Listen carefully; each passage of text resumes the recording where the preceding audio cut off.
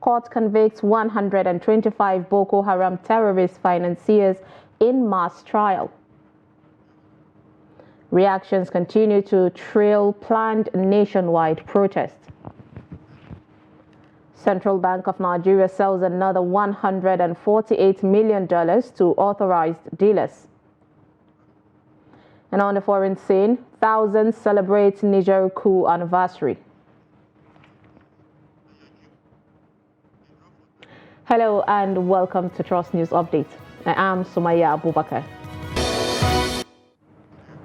Thank you for joining us, and now the details. The federal government on Friday disclosed that 125 Boko Haram terrorists and financiers were convicted in the resumed mass trial held over 2 days in Kainji, Niger State.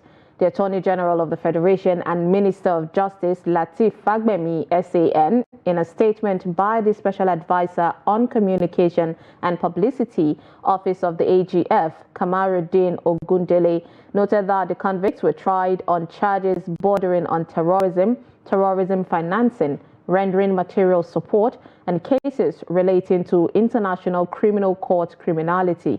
He said the trials were held under Giwa Project KNG Phase 5 between Tuesday and Wednesday before the 5 of federal high court judges led by Justice Binte Nyako.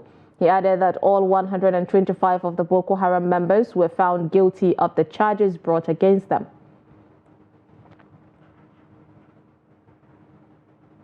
A former governor of Kano State, governor and the national leader of the New Nigerian People's Party, Senator Rabiu Kwankwaso, has called on Nigerians and the youth to employ the power of the ballot box to resolve the current economic hardship in the country. The NNPP helmsman spoke on the background of a planned nationwide hunger and hardship protest by youths. In a statement published on his official X handle on Saturday, Kwankwaso said although the idea of a protest resonates with him, Nigerians should rather be patient with the tinubu government and give it all necessary support to succeed. He traced the current economic crisis to bad leadership, saying that the hardship and hunger spreading across the country was avoidable. Kwankwaso made references to some of the recent political and economic issues that contributed to setting the country on fire. He appealed to the leadership of the country at all levels to take necessary steps to address the myriad challenges facing the country. The All Progressive Congress, the APC, has urged organizers of the protest to shelve its agitation to have President Bola Ahmed Tinubu scrap the 1999 Constitution, describing it as a tall order. Speaking in Abuja after a meeting held behind closed doors with the Forum of the APC State Chairman to discuss the modalities of the proposed protest, the National Secretary of the party, Senator Ajibola Basiru, said the renewed agitation to have the president dump the constitution he vowed to protect would amount to a mission impossible.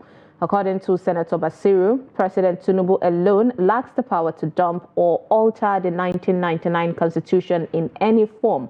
Senator Basiru added that on an intellectual basis, the meeting of the National Working Committee of the party examined the 15th chapter of demands outlined by the organizers of the protest and discovered that most of the issues raised there are not matters for protest because they bother on the issue of politics and amendments of the Constitution. In the same vein, Third Republic House of Representatives Forum has urged youth to reconsider their plans to protest on August 1st, 2024. Speaking to journalists in Abuja on Friday, the forum emphasized that while the right to protest is essential in a democracy, citizens must be aware of the potential negative consequences of protest in an intense society, particularly when drugs are involved. The forum acknowledged that protests can bring attention to important issues, promote dialogue, and encourage change. However, they warned that in a society already burdened with tension, protests can exacerbate existing problems, divide people, and escalate tensions. The forum also highlighted the negative economic and social consequences of protests, including disruption of daily life and deterrence to investments.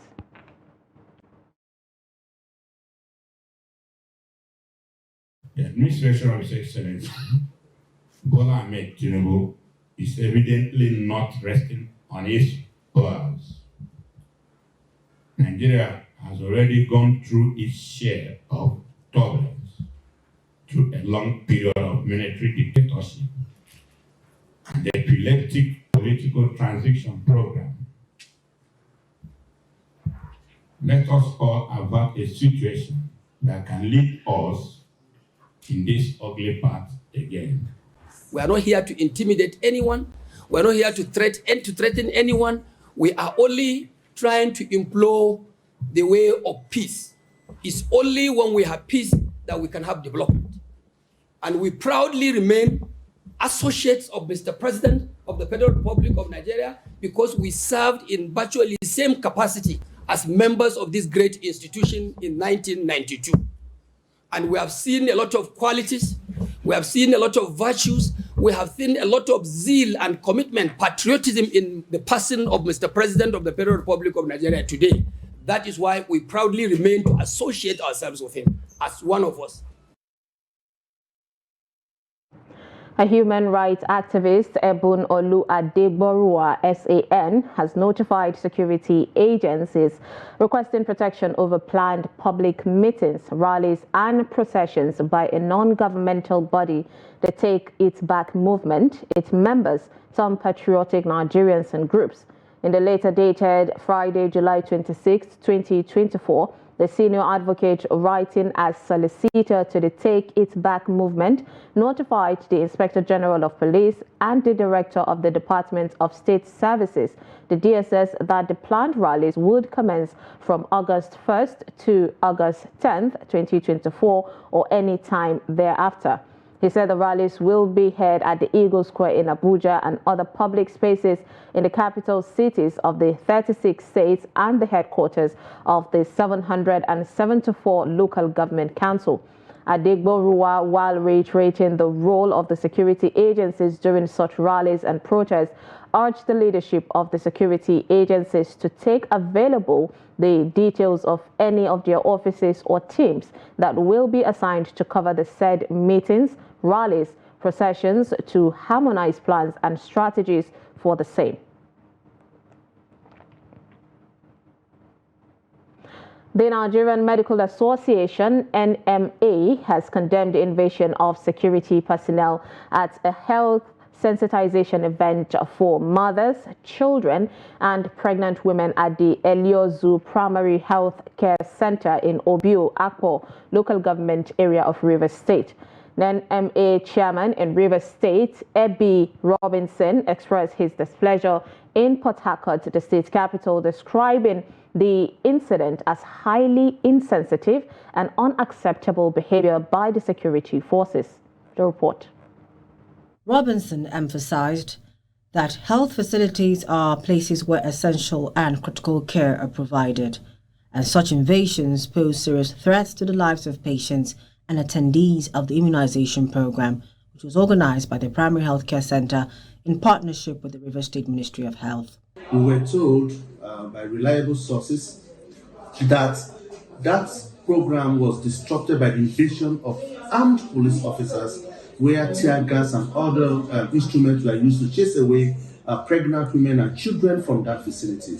We are condemning that activity in its strongest terms. He called on Inspector General of Police Kayode Egbetokun and other stakeholders in the security sector to investigate the incident and ensure that those responsible are held accountable. How will someone go and drive away pregnant women and tear gas them in a health facility, even in periods of war? Health facilities are being secure because we give essential services to people. Where we are trying to make sure that women and children are being immunized, and to flag up such a very notable activity. Such activity was disrupted. The Nigerian Medical Association condensed it in strongest terms, and we are saying that if this happens again, we will all march. All the doctors will all march to that facility and see how all the doctors will be tear gassed. The event, aimed at aiding pregnant women and nursing mothers, was violently interrupted by the invasion. A fire outbreak in a factory warehouse in Lagos on Friday has destroyed some goods estimated to be worth millions of naira. The Lagos State Management Agency announced this in Lagos on Friday. LASEMA Permanent Secretary Olufumi Oke Osanyitolu said the incident happened at Josian Factory Warehouse, Abule Osun, Lagos State. He said that the agency responded to a distress call through its toll-free lines at 8:28 a.m. on Friday. He said that safety measures were activated by all members of the multi-agency response teams to ensure the safety of responders at the incident scene during the operation. He added that strategic and collaborative efforts were deployed to contain the fire and prevent it from spreading to adjacent warehouses. Moving on to more stories. In many parts of the world, radio remains one of the most important sources of information and has a profound impact on communities characterized by a diverse population with multiple languages and cultures, making it challenging for the people to stay informed and connected. Trust TV's Adamu Imam sampled people's opinion about the impact of radio on their daily lives. His report. According to some people from northern Nigeria, radio has proven to be an effective tool in bridging gaps in communication and has played a vital role in fostering unity and promoting understanding among the diverse communities of the region. Radio, for example, it has a far-reach audience. It captured more audience than the TV. Looking at the listeners now, when you take, for example, the small handsets that people have, you all see that this affordable handset has radio inside. That you don't need to use it using your data to on your radio. So people use it to source news, to listen to news. If you want people to go and cast their vote or get their voters card, you communicate easily through the radio. They know that this is what is existing at the moment. So he has brought development. If there is any changes that is taking place in governance, mostly the radio is being. Some are of the opinion that listening to radio has created political consciousness and encourages economic activities, growth, and development among the people. We always hear about current happenings through the radio and even educate our children at home whenever we are far from house. It's through the radio news that we get information. Especially if you are a constant listener of a radio, you can be informed on issues affecting us. There are some other means of communications like social media and what have you. But in the north, up to this time, radio remains the medium or the channel that a northerner uses to get informations he may require. For instance, you can see a nomad in the bush using his own Sony radio or his handset, listening to radio. Some, however, said the growth of social media has cut down the number of target audience of radio stations in northern part of the country. Adam Imam, Trust TV News, Bauchi. The current economic downturn in the country has significantly impacted the insurance industry as premium payment has reduced drastically. Insurance experts in Lagos says that the industry is facing financial challenges due to the economic situation. The report. According to insurance experts, the insurance industry in Nigeria is thriving despite the current economic challenges facing the country. 2 years ago, the National Insurance Commission (NICOM) set a deadline to increase the price of third-party motor insurance from 15,000 naira to 30,000 naira, a 100% increase. Analysts say this change has positively impacted the growth of the insurance industry in Nigeria. Insurance companies are supposed to assess the scene of the incidents or send their adjusters to assess the scene of the incident and get information relevant to the loss and determine whether that particular loss is covered by the policy or not.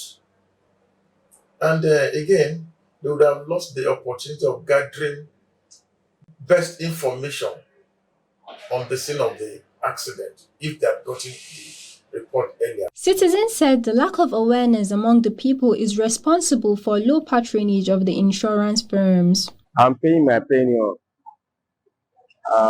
but the economy is hard. Then there's no work much. There's no money so far like that.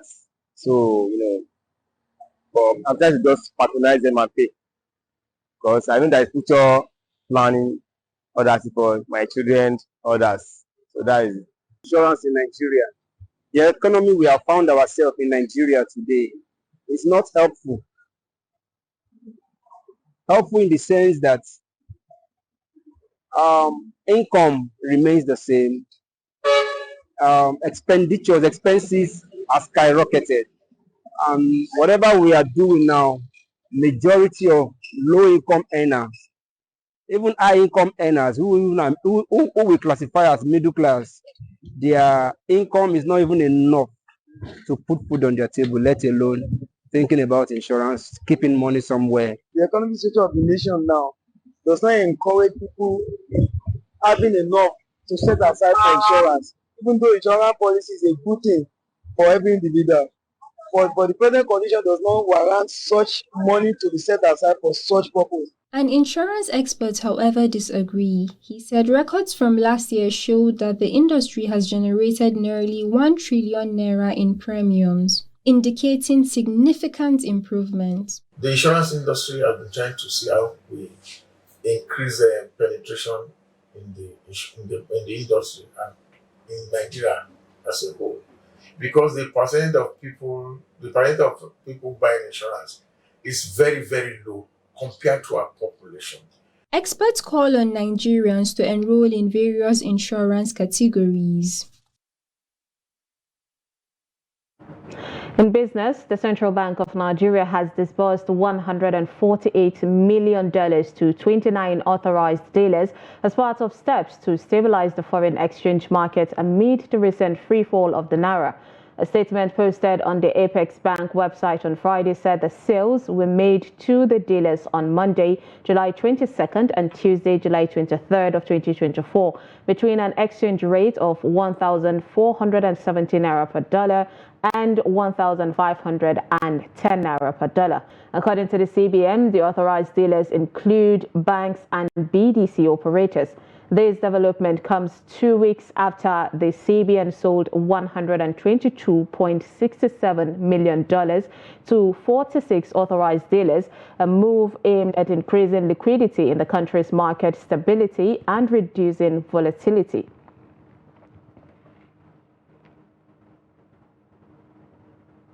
From the foreign scene, Niger's junta gathered thousands of people in the capital Niamey on Friday to celebrate the first anniversary of its coup. Dressed in clothes bearing photos of regime members, the crowd chanted the name of junta chief Abdurrahmani Tiani. The stadium hosting the anniversary event was under high security, including armored vehicles around the venue. Tiani arrived to the beats of a traditional drum to greet attendees, but did not address the crowd. The July 26 coup anniversary was declared a public holiday. After taking power, the junta expelled French forces last year, while the departure of U.S. troops is expected to be finalized in August. Nigeria has also distanced itself from some West African nations, severing ties with the regional bloc ECOWAS.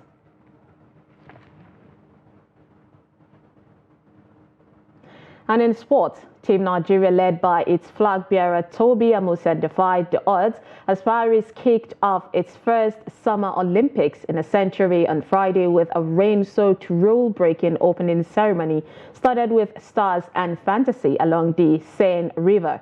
On and off showers, the first rain at a Summer Olympics opening ceremony in more than 70 years did not seem to hamper the enthusiasm of the athletes.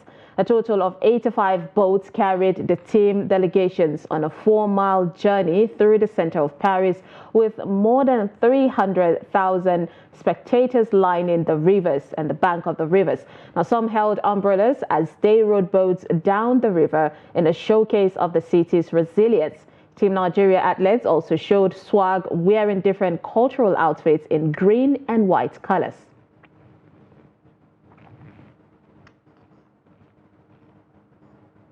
And on a sad note, a Nigerian senator who represents Anambra South and All Progressive Congress, the APC stalwart, Senator Ibe Uba, is dead.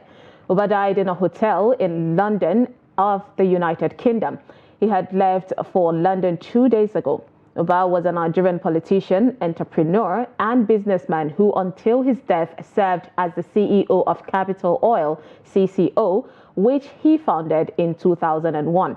The deceased was married to Uchenna, a business administration graduate from University of Ahmadu Bello University, Zaria in Nigeria, with whom he had 5 children.